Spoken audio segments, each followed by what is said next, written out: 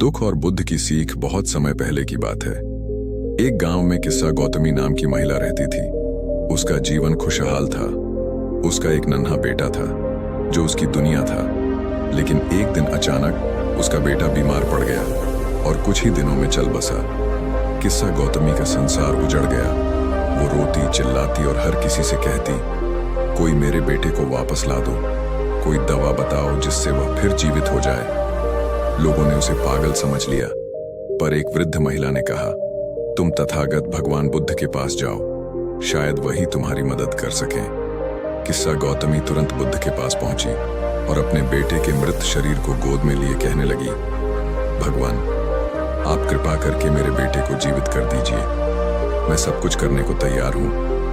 बुद्ध ने शांत स्वर में कहा, मैं तुम्हारी मदद कर सकता हूं, लेकिन एक शर्त है, तुम पहले किसी ऐसे घर से सरसों के दाने लेकर आओ जहां कभी कोई मरा ना हो। किस्सा गौतमी को आशा की एक किरण दिखाई दी। वह गांव-गांव, घर-घर जाने लगी। हर घर में पूछती, क्या यहां कभी कोई मरा है?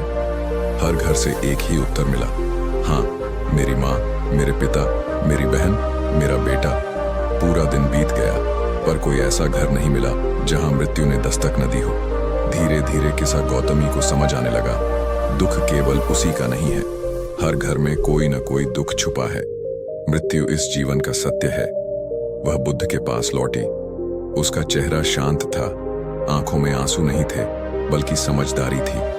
बुद्ध ने मुस्कुराकर कहा, अब तुम जान गई हो कि दुख हर किसी का हिस्सा है। मोक्ष दुख से भागने में नहीं, उसे समझने और स्वीकार करने में है। उस दिन किस्सा गौतमी ने अपने बेटे का अंतिम संस्कार किया और भगवान बुद्ध की शिष्या बन गई। सीख, इस कहानी से हमें यह शिक्षा मिलती है कि दुख जीवन का हिस्सा है, उसे भागा नहीं जा सकता, लेकिन जब हम उसे समझते हैं, स्वीकारते हैं, तभी शांति मिलती है। माँ जिसने अपने मृत बेटे को जीवित करने की आस में भगवान बुद्ध का दरवाजा खटखटाया, लेकिन जो सीख उसे मिली वो आज भी मानव जीवन के सबसे बड़े सत्य को उजागर करती है। ये कहानी न केवल दुख की गहराई को दिखाती है, बल्कि बुद्ध की शिक्षाओं की रोशनी भी फैलाती है। देखिए और जानिए जीवन, मृत्यु और स्वीकार्यता की इस गूढ़ कथा को।